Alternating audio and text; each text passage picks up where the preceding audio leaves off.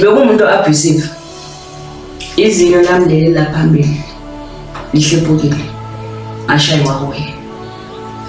And ungishaya the time attempted suicide for the 11th time. That is when ngaqala ngakhuluma yonke into. Ukuthi ngiqhubeke ngihlale emshadweni. Bengingafuni umshado wangifela. Bengingafuni futhi ukuthi mangibuyele ekhaya bese abantu bayangihleka. Ngithi yazi kunale gama elithi ungabuye emendweni. 2015 I lost uAntwana uMamkhulu. And now labantu bethu bekwama breadwinners. And I was like, yo, let me go and be a prostitute now.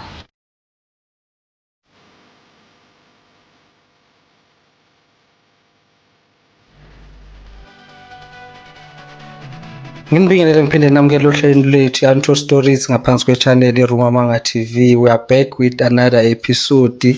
Namhlanje siniphathele usisi wethu, usisi Nomkhosi. Ngiyacabanga ukuthi abaningi bayamazi njengoba kuumuntu ongaqala ukuthi sibe naye la ekhaya. Sike saba naye la ekhaya phambilini. Sisi Nomkhosi njani? Njani? Sisi Nomkhosi siyabonga ukuthi uphinde ubuye ube nathi futhi la ekhaya. Kodwa ngiyacabanga ukuthi kukhona abangakwazi. Esacela ukuthi uzazise kulabo abangakwazi. Okay, igama lami Nomkhosi Doreen Msomi, indlovukazi, the lioness, queen of Gisco, motivational speaker, gender-based violence activist. Sisi Nomkhosi, ngicabanga ukuthi abaningi bayasazi isitori sakho ukuthi kwenzakalani. Kodwa ngoba bese sivezile ukuthi bakhona laba abangasazi. Mhlambe manje singathi siyabuyela emumva kancane. Mhlambe after uzile waba nathi la ihamba kanjani impilo njengamanje? After ukusuka kwami la impilo iyaqhubeka. Even though bekunama ups and downs, but nje isaqhubeka. Ngisizeyindlovukazi, yeah, sesiyindlovukazi akashintshe. Laba abantu labaya obeke bakuhlukumeza akekho kwahlangana naye njengo cousin brother because umuntu related naye part of ifamily, so akukho la nike nahlangana khona. Cousin brother khona. Sinjani simo? I was warned ukuthi ukhona. Ngangigcina the day ngim-approach. Ngimtshela ukuthi I remember everything, and obviously he denied everything. So always mangiyemsebenzini ngihlale ngidlula ngalahlala ngakhona. Angikaze yena ngimbone ngaphandle but ukhona ubuyela. Efamily sinjani simo because uyazi ukuhlala kukhona abathatha amaside. Unfortunately for mina akusinto engibheka kakhulu. Because I know the story some what happened. So if we decide to touch his side, yes, kona the situation here abantwana basekhaya ebucayini because bebe khona mangikhuluma no cousin brother. So and then they ask the question yokuthi manje because omunye ubhuti wethu omunye usisi wethu kumele senze njani. Athi mina no, you can continue ukuxoxa naye, I don't have a problem with that, but mina naye ayikho into esizoyixoxa because even noma sikhuluma bebekhona and then they decided ukuthi you know what, ithi sengaphandle maybe khona izinto enizofuna ukuthi nizikhulume noyithu. I want instead of yena aqale the conversation bekabheke mina ukuthi is there anything engifuna ukuyisho, and mina bengile ngoba ngifuna ukumamela ukuthi uthini, and he came up ne-story like was preparing about because he told me ukuthi ngahamba nge-police station and unkosikazi wakhe akazi ukuthi uze kimi yabona uzokhuluma about this, and I'm like uhlale phansi and decided ukuthi and why ungacela ngabantu because this is a sensitive issue. Yabona, so ngathi uhambile wayiplana this thing, at the end of the day bengadingi i-approval yakho. This is the way mina engidecidile to punish you ukuthi istory sakho saziwe ukuthi what you did to me. Uveze ukuthi kambe cousin brother umfundisi? Yes, umfundisi wase Salvation Army. So unebandla. Yes. So sisinomkhosi phambilini the time sinawe waveza ama incident awu4 mangicabanga waveza usibusiso i-rape le yenzeka esikoleni on top of a school desk, waveza eka cousin brother umfundisi, waveza eka husband ka sis or umngani wakho lo osebenzisana naye, waveza eka guy wase next door. But mangizwa kahle uthe awu8, so lamanye awu4 sacela uthathe ungibeke ku. Okay, kulamanye awu4 my late husband, he even used a pepper spray on me twice. So ngoba kunalento ukuthi mawuyalwa uyabekezela and you have to submit into engangiyenza leyo. Then these others abanye kwama boyfriend abantu engangizona nabo, so I was not sexually active. Ngangiqoma nje for the sake yokuthi maybe handsome, uqoka kahle, yabona. Ngazange ngize ngicabanga ngendaba zokuthi kambe kumele ngilale nalo muntu and umama mbeka straight ke.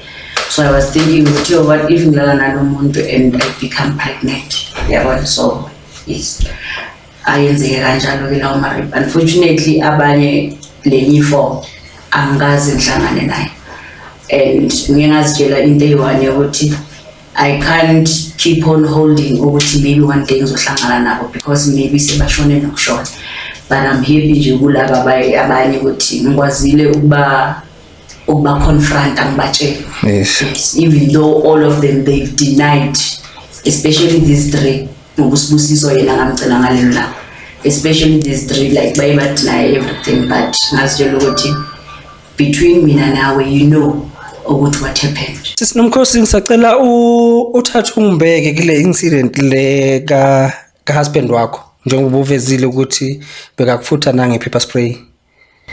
Okay, besihleli sibhekele i-TV angayanga emsebenzini ngamsebenzini mina, so umntana bekasendlini ngoba so I could see ama-signs ngathi la muntu ufuna se-intimate and bengikhathele ngibeka nje emsebenzini and I was not even interested ukuthi ngibe intimate naye.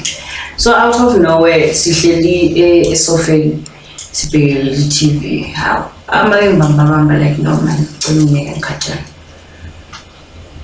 Out of maybe after 1 minute ngizwe nje into seyingithile emehlweni iyababa ngento. What is happening now? Like ubuso buyasha, I could feel ukuthi ubuso buyasha and ngendlela ebusha ngakhona benginida something ebandayo yokuthi ngathi ngathela ebusweni. So ngoba iroom esihlala kulo ngiyalazi angikhona ngithumbula amehlo, so approach umnyango bayithi ngivula umnyango uphuke ihandle yabo, like ngapha ngiyamemeza ukuthi nje mawangivulile umnyango at least ngiphumele ngaphandle, awuqeleze umnyango ngiphumele phandle. So mangiphumela phandle sihlangane nenye couple abangani bethu babuza ukuthi what is happening, yabona. Kuphendule yena athi hayi uphethwe amehlo. Angikhona nokuthi ngiphendule because if akwazi ukungitshela nge-pepper spray and mangingabatshela laba ukuthi ukuze kuqale phi empompini ngathela amanzi sabuya sangena eromini sahlala phansi. Maybe after 30 minutes to 1 hour ngibuze so uzizwa njani, ithi ukubaba lokhuyana sekuyaphela. How angibuzanga nami ukuthi yini into ongithele ngayo, yabona, yini manje suddenly like sengiyasha amehlo awafuni next, because I remember nje ukuthi make ithela like wayithela like so right. Sihlale-ke masiloku sahleli-ke uloku yangichecka kancane sahlele sofendle besiloku sihleli khona. Umntana ukuphi leso sikhathi? Usendlini. Yes, angithi sihlala khabo bakhe, so nabo umzala bakhe nako kuthe kulapho athi hayi sozizwe njani, ngithi at least manje sekwehlile. Athi kimi okay mawuthi sekwehlile uyakhumbula ukuthi what happened ukuze ngikuthele nge-pepper spray, yila sengizwa khona ukuthi oh okay uyuze i-pepper spray and i-pepper spray eyasemsebenzini. Ngithi mina yes ngiyakhumbula ukuthi kwenzakaleni. Athi mamela-ke lento ebengiyifuna kwasekuqaleni ngisayifuna namanje. so I had ukuthi ngilale naye because ungibonisile ukuthi he's capable of doing anything to me. So manje lento soyayenza because of yena nalezi zinto lezi azenzile ku. Yes, sengiyayenza for safety yami futhi njengoba ngisho ngithi anything is possible. And following day mangivuka vele like ngisakwatile yabona ukuthi ungithela nge-pepper spray because angifuni ukulala nawe. The next thing mase ngiqala i-pepper spray ngathi yaphela emehlweni usafuna futhi ukuthi ngilale nawe. Following day mangivuka I acted like akuna next, but enhlizweni ngizwa ngaphakathi khona abantu ekumele ngibatshele, but what if nakhona ngiyabatshela uzothini emva kwalokho mase bembona. And I acted like everything is okay. So husband wakho vele bekumuntu abusive noma lento bekaqala ukuyenza? Bekumuntu abusive. Izinyo lami leli laphambili lihlephukile ashaywa kuye, and ungishaya singakashadi. Immediately make propose ngazitshela ukuthi manje nomuntu makefuna engicela ukuthi ube unkosikazi wakhe, it means ukuthi izinto right. Already ngene vele i-relationship say toxic, but believing ukuthi hayi man mase sishadile things will be better because wonke umuntu wesifazane uyafuna ukushada. Yabona ngazi ukuthi kuzoba ngcono, meaning ukuthi in other words ngene emshadweni ne-mindset wrong. So ungenile emshadweni manje ngoba uvezile ukuthi izinyo leli wakulimaza before a propose. Ikhona nezinye ikhathi la khona futhi akabuse khona senikhona manje emshadweni engaged manje? Yes, there were times la sithi masixabana khona bengizwa nje ngempama ihlala, and he was someone quiet yabona. So even noma ngithi mhlambe ngiyaxoxela ugeli lo le couple bengikhuluma ngayo yabona, he'll be like hayibo ayifani nothulane leyo nto leyo uyabona. So ngifeel ukuthi ngathi it's useless ukuthi ngixoxele abanye abantu because le story engimtshela sona nalo muntu engimtshela ngaye like uyamazi, two different things. Asifani total. And mina ke ngulomuntu okhulumayo obabli yabona, so abanye would be like hayi soka womsukele, so bekumele naye aze act. Ekhaya khona moxoxa bathini bona? Ekhaya ngixoxe after sengiqale the healing process, because the time attempted suicide for the 11th time, that is when ngaqala ngakhuluma yonke into ukuthi no like I didn't understand, and njengoba nginga-understand, that is why kuba nama-suicide angaka, that is why kunama-rape, like kunama-rape ayenzekile but you don't know anything. Then being admitted esibhedlela, I came back but I know we need ukuthi sihlale nawe phansi sizwe istori sakho. Then ngathi kubo before ngizohlala nani phansi, can I prepare myself first because I don't know ukuthi ngizo-responda kanjani.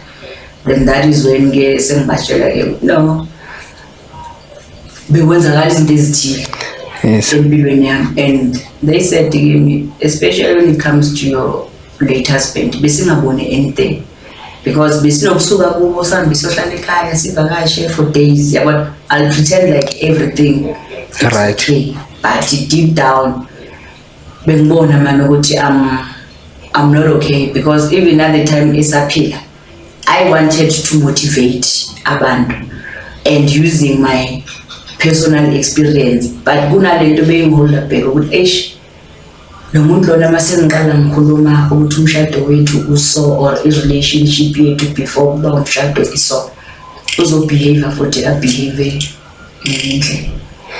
So bekuba kanjani maybe ebusuku ukushayile or ngixabanile ekseni uvuka umuntu onjani kuyo yonke lento eyenzekile? Ekseni uvuka nje umuntu right.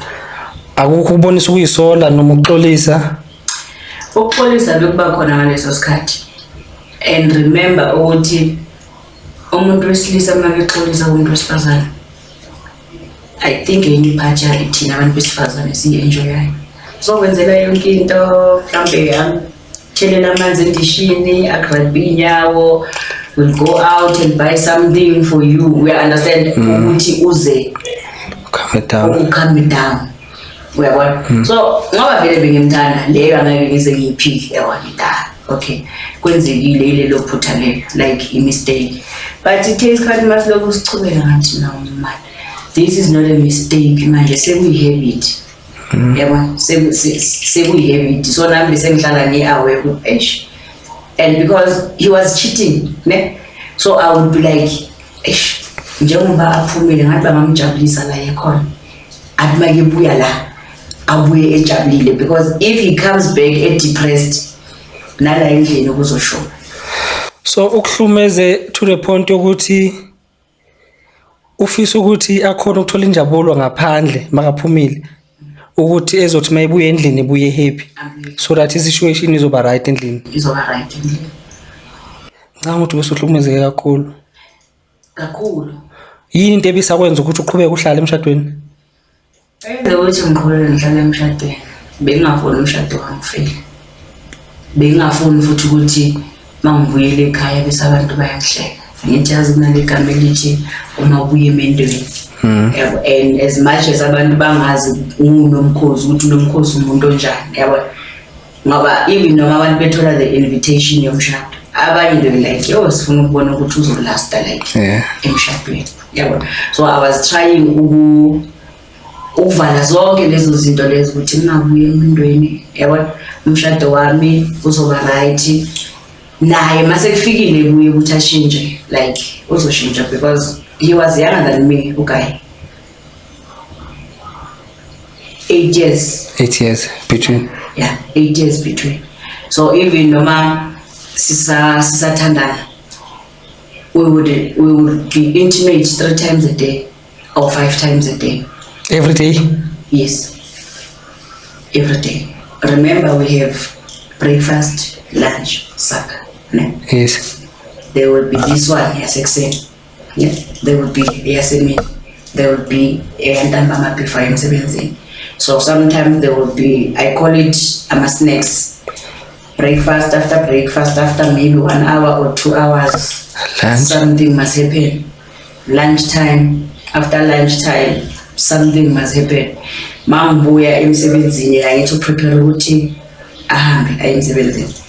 Before aphuma, I would have kumele ngibe intimate. Sikhuluma ngomuntu ochithayo njalo la. Yes. U-active ngaleyo ndlela leyo. And mina, I was trying to meet his standard. Ukuthi angaze aphumele ngaphandle, but still bekaloku aphumela ngaphandle. Sisinomkhosi kunini la khona othi khona manje ngikhathele, enough is enough, ngibuyele ekhaya, ngikhathele lo mshado lona, ngithatha into zami ngibuyele ekhaya? Yeke kwaba nzima. Ngoba khona la ngamthola intombazane empedeni. The only time engikhumbulayo la bethi ngibe ngisesibhedlela khona, I couldn't even talk. Ngibona nje abantwana basekhaya, so it's like ngiyaphupha or kwenzakalani, yabona. But abantwana basekhaya no simshiye right lo muntu. But suddenly so uyasifonela, uyasijikisa ukuthi size sizomthatha. Ngifuna ukubatshela ukuthi what happened. I-voice ayikho. Angikwazi ukumove, angikwazi ukwenza anything. Ngale time overdose amaphilisi. Yes. Angikwazi ukumove, angikwazi ukwenza anything. To the point of basically make hambile ngizibuza ukuthi bekakhona lo muntu. Still after lokho ngaqhubeka futhi naye, because I needed some answers ukuthi if ngithatha le decision le yokuthi ngiyaphuma kulo mshado, I don't want any contact naye. Mangiphuma, he bought everything from brand new. Change furniture, everything, interior yonke, everything. Why change? It's his way of apologizing. Yes. Unfortunately, after some time, that is when sekagula again.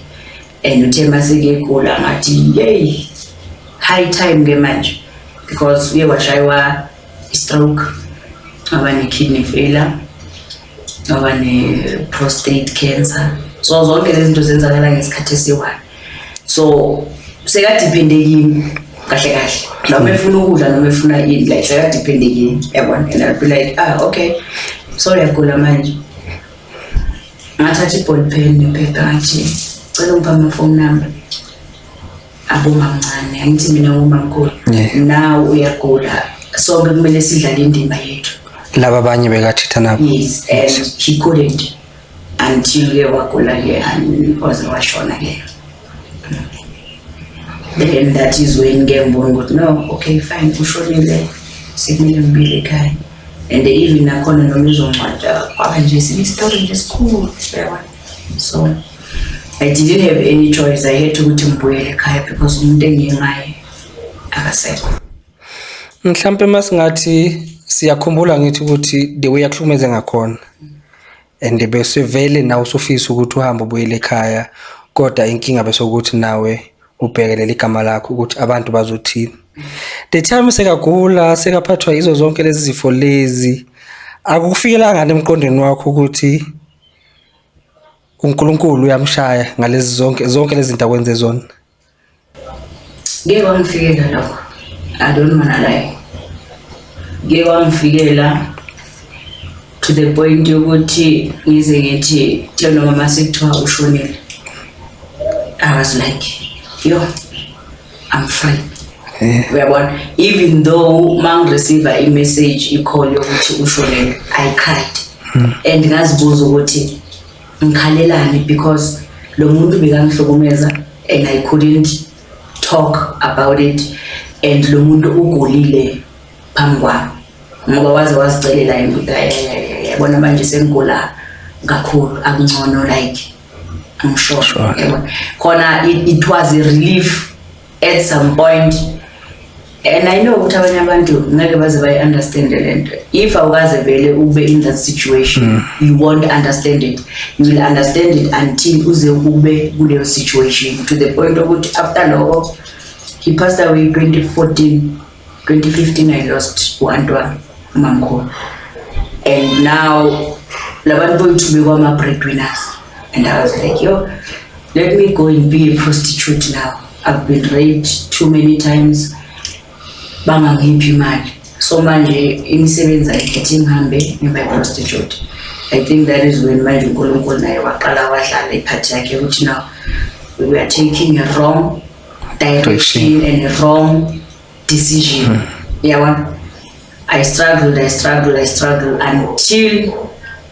ngaze ngahlala phansi ngenze introspection with no man. Impilo yami ayikwazi ukuthi always ibe nama-episode abuhlungu amanye. It means ukuthi kunento ekumele ngiyifunde. Ngiqala kancane-ke khuluma emasontweni, khuluma ey'kolweni, and then there was i-case kaTshegofatsopola. That is when everything yaqala ke manje yaphezulu ke yablosoma ke since lapho. Negama likaNdlovukazi liphuma from history yami ukuthi no, I don't want to call myself nge-English, ngifuna liphelele ku Indlovukazi. Indlovukazi. And bese bayangihleka. Yes, remember mawuthi Indlovukazi, lawyer, it's like powerful. Yes. Then maso wehla nalo uthi Ndlovukazi, like ne-voice yakho, yabo. Yes. So sengigcine sengifunda abanye mabethi Ndlovukazi ngisho bengizokwenzela umusa nje ngiresponde, but nje yes kama le Ndlovukazi iqondela. And then the lioness lize nomngane wami athi no, when lioness ngathi okay ngizwe ngithanda, yabona ngisho. Then Queen of Chiscop ngoba ngihlale ngikuzi Chiscop, yabona ngathi no, nabantu abaningi besifazane manje sebakundi Chiscop, yabona ngathi let me nami ngipromote in a certain way, because sikhule kuthiwa umuntu wesifazane makegunda ugunda ngoba kusuke kusho umuntu wesilisa, but now sekuyistayela nje senzakalayo. Ukundile le time kushona umyeni wakho? Yes, ngakhona. Nganginenwele. I was the only one obekanenwele ekhaya. So uthe mase keshonile athi kumele ukhona. I struggled. ngathi hayi futhi ngagunda umamncane athi ayiyo ngizongisusa inwele zami futhi angeke ziphinde zivele bazisusa so sithe masezivela I decided to dye blonde ngadaya so mangizidecidile blonde umuntu makengibhekile you would see ukhakhaya yabona like liyacobezela so and people be like why ungavela ugundisha isikophu because it's like ngathi ugundile then ngagunda ke ngathi no let me try ukuthi ngigundishe isikophu so since mangicala nje sihlomba ngiyagunda so ubuyele ekhaya before angithi bawusabe ukuthi abantu bazothini so ubhekana kanjani nabo abantu ngoba ngiyacanga ukuthi abakhona vele inkulumo ngiyabhekana nabo because angithi bayazi ukuthi mina ushonile akusafani nalokho kube ngathi ushiye emendweni ubuye emendweni akusafani noma nje kunabanye umuntu azokutshela ukuthi akusimi ngathi ubulala indoda yakho uyabona but lokho kungcono lokho because I think abantu abayi-2 or abayi-3 abasho kanjalo and mawuqala ukukhuluma nomuntu wesilisa awuthola ukuthi mhlambe ushadile inkosikazi yakhe mayiqhamuka i-actor ngenye indlela ukuthi manje eyakhe indoda ngoba yashona so ufuna lo wami kanti nje umuntu nje mhlambe siyaxoxa sisi kunjani ngiyaphila uyabona so bafila insecure ukuthi hayi sekafuna manje uzothatha lo wami. Ubhekana kanjani nabantu besilisa noma uphinda ubathemba kanjani abantu besilisa emva kwayo yonke lento le yenzekile emshadweni wakho? Bekunzima ngoba ngaze ngahlala ngathi ake ngihlale ngingadate umuntu sahamba isikhathi masiloku sihamba ngathi sengistay kakhulu ngoba noma ngahlangana nomuntu wesilisa sixoxe nje in general immediately marketing nginamanamba makithi uyangithanda bengiqhuma bengivutha yabona ngabona ukuthi okay it means ukuthi ngisakwatile ebantwini besilisa ngathi ake ngithi ukwehla kancane noma ngidlula yabona labantu laba abamada sibini bephila yabona kunjani yawo nami ngizojabuliswa yiloko ukuthi at least bakhona abantu abasangibona abantu abasakhona ukuthi basho ukuthi bayangithanda ngathi no it means ukuthi I'm normal. Yes.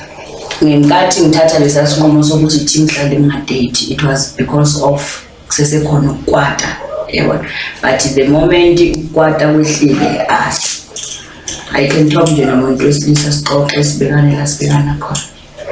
So indlovukazi iguphi njengamanje kwenzakalana empilweni yakho njengoba usushilo ukuthi ucanga ukuthi kwenzeke zonke lezi zinto ezenzeka kuwe wa prepareshelwa for something so njengamanje singathi indlovukazi yenzani ibhizi ngani? Okay indlovukazi ine NPO manje ibizwa ibayedekazi. Yes. It was an NPC before. Yes. My converter yaba NPO. I have abomama abanabantwana abanama special needs khona abantwana abane CP khona abone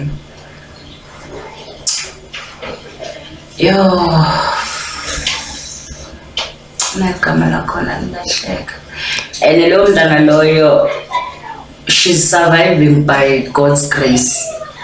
Abantwana abafana naye they don't survive isikhathi eside because now I think she's 28 years or it's Edward syndrome. Abantwana bakhona abaphila isikhathi eside then nabantwana abane ADHD like they differ ne most yabo abanye bahleli kuma wheelchairs abanye bayuza ama bike so I decided no let me ngithatha bomama laba sibe sonke even a group yethu ibiza ukuthi siyasekelana yabona so she's one of the board members uPhumzile and then Phumzile decided ukuthi ukuthi siyasekelana singabomama because they are going through a lot. I don't wanna lie, they are going through a lot Indlovukazi ingenele uMrs eSoweto 2024-2025. Yes, I'm one of the finalists, and Indlovukazi this year suffered 3 minor strokes. Njengoba ku 2024, 16 June, I had a minor stroke on my right hand side. 12 September, I have 2 minor strokes again. Ngithi mangihleli ngibiza uNkulunkulu namadlozi ngithi bayenza show off mama ukuthi whatever I went through uyafunda kuloko, and I decided to take a positive coping mechanism, because if liyaphela iviki ngakhulumanga nomuntu odinga usizo, I'm like ish khona lento wrong engayenza yabona. And attending ama event, people are like lento ikhulumayo noma sibhekile asifani.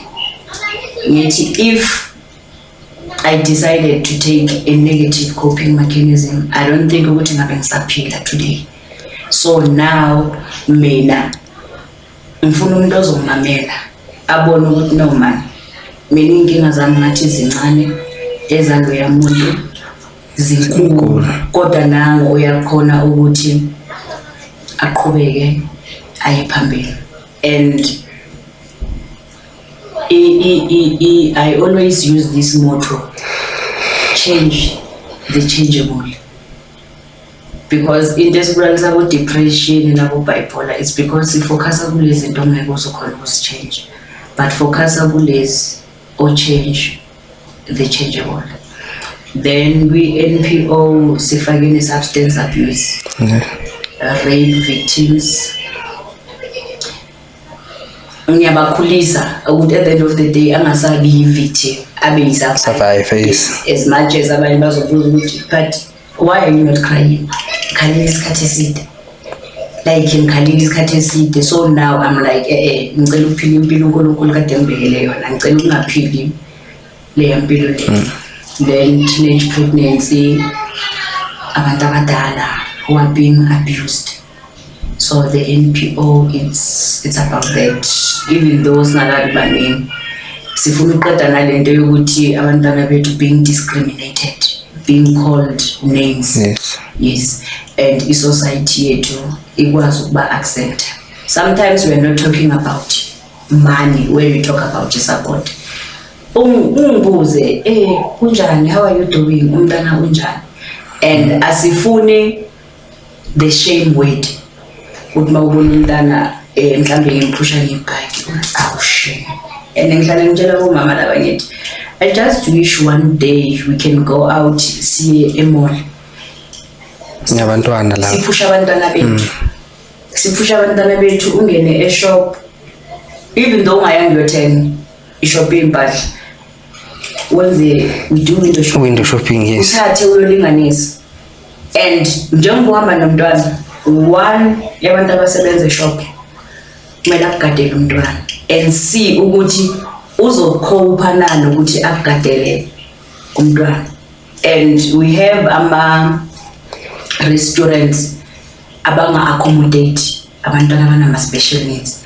For example, I want to go out ngiyodla somewhere, ngihamba nomntwana nama special needs, they can't accommodate. Khona ama restaurant njalo? Yes. Bayawasha ama residents abana,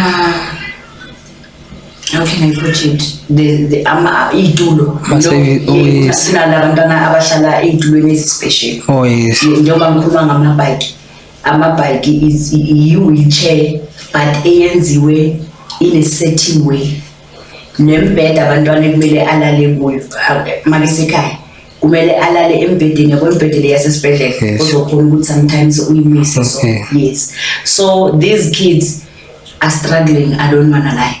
We go out, sicela ama donation, they will tell you ukuthi no, we can't donate mangabe umntana bekane wheelchair or bekane bike. Ngaleso sikhathi imoshikile, abanye abazali baze badinga ukuthi baquka abantwana, mhlawumbe umntana uye-check-upini amquke amfake kwi-Uber, because you can't even use i-public transport abo driver bama-taxi bakushiya ngathi awukhombi because bayabona ukuthi uhamba nomntana njani. So they uberize nakhona i-bike yomntana makumele ifondwe, you need i-assistance from male udrive uzomcela udrive utayicela uzomgoqisa yabo. So this is how our kids are struggling, even nama-parents ukuthi why mina ngithola abantwana abaso, why ngithola umntana oso. At the end of the day no one is meeting me halfway. Abanye baze baphumile emakhaya because emakhaya there's no support. Ngakutshela kahle ukuthi lisidalwa sakho lezi yabona. And there are these kids abasevere, I don't wanna lie. You can't even ukuthi uhambe naye estradeni umshayise umoya. Imagine wena umuntu omdala uhlele endlini for iviki lonke, nawe iyakudepressa, iyakustress. What I love about these kids, remember that we have 7 senses. Yes. Maungena umntana can pick up ukuthi ungena ngomoya njani. Immediately mina I love to touch them. Mangimbamba something yamtshela ukuthi this person alright and this person ngiyamazi, because even if voice they know voice ukuthi yo ulo, we understand. Yes. So bona ngama action umntana like ujabulile ukuthi he or she wants to say something kuwe, but because akakwazi ukukhuluma, but ama action akhe ayakutshela ukuthi no, ngiyakuzwa, I understand you, I feel you, but remember I can't talk. But baya respond ngama emotions or facial expression. Yes, I'm going to name abayithu. Uneo make ngibona everything stops. Uneo make ngibona everything stops. Uzongihaka shuthi ufuna ngiphe attention kuye, uzongihaka kumele ujive. Uyangitshela ukuthi ngiyabuzwa, yes uyakwazi ukukhuluma but not even noma ngiyesikoleni lafunda khona. Uneo uzohlala ngafuni ukuya toilet, but immediately mangimcela Neo man hey toilet like uzona. Then we have Ukhanyi akakhona ukukhuluma, always uhleli kwibhaki. Ukhanyi mangifika qala ngimbamba, the eyes would tell you ukuthi ngiyakuzwa.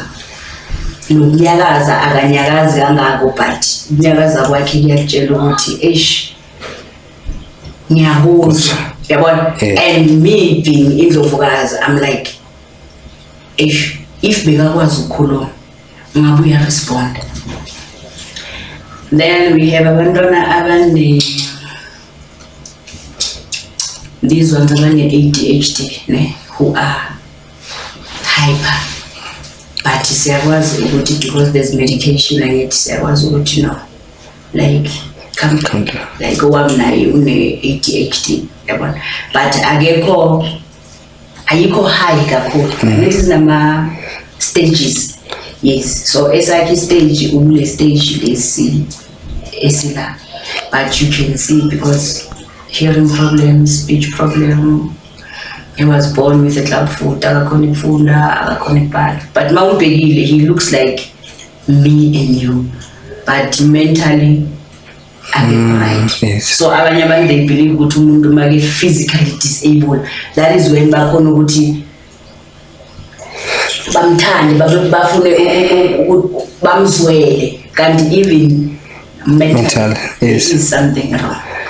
Sisi maybe mangathiwa siyazi ukuthi i-social media ine-power esikhathini samanje, njengoba uvezile ukuthi une-NPO eniranayo, maybe mangathiwa uyayicelela usizo or iliphi usizo enilidingayo kwi-NPO yini njengamanje? Okay, kwi-NPO yethu singacela ukuthi basidonatele ngama-baby wipes. Yes, basidonatele ngamakhimbi, khona bafaka amakhimbi wabantwana, khona bafaka amakhimbi wabantu abadala.